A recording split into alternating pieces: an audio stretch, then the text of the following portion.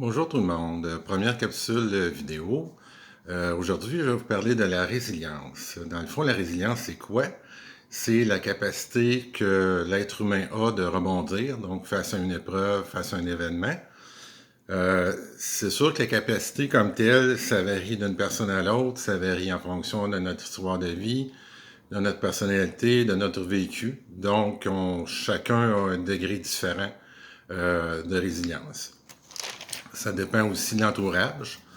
Je dirais que souvent, on a aussi l'impression que résilience égale un traumatisme majeur, quelque chose de très, très important qui nous marque vraiment profondément. Oui, c'est vrai, mais je dirais aussi qu'on fait des petites résiliences presque à tous les jours. On a toujours des événements qui nous arrivent et on a à rebondir. Euh, Puis, dans le fond, quand on s'arrête, on prend un moment d'arrêt. Oui, on réalise peut-être que telle ou telle situation qui m'apparaissait peut-être banale ou avec le courant de la vie, finalement, oui, c'est une petite résilience qu'on a fait. Donc, c'est quand même quelque chose qu'on fait, je pense, assez régulièrement. On s'en rend pas toujours compte, mais on en fait quand même régulièrement.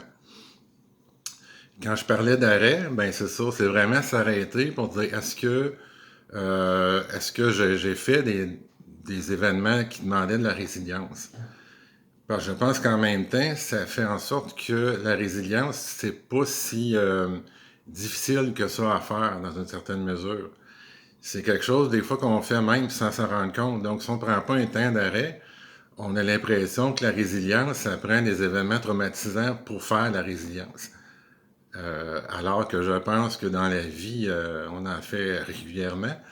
Et je dirais avec la situation actuelle de COVID, de confinement et de déconfinement et tout ce qui en suit, je pense qu'on en fait quand même actuellement beaucoup de résilience. À différents niveaux, à différentes intensités. Euh, mais c'est vraiment ça, je pense, qui est important. Euh, la résilience, je pense qu'on a toute une capacité minimale de résilience, je pense la plupart des gens.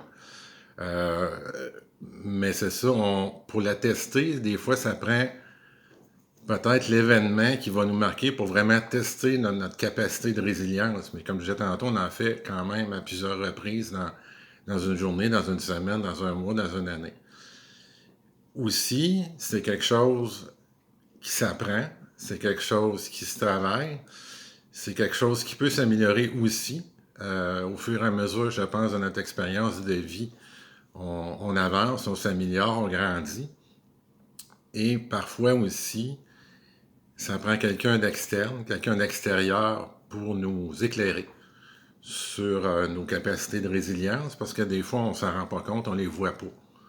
On va voir souvent ce qui est négatif. L'être humain a ce travers-là, des fois, de voir souvent ce qui est négatif, plutôt de voir ses forces, ce qui est positif.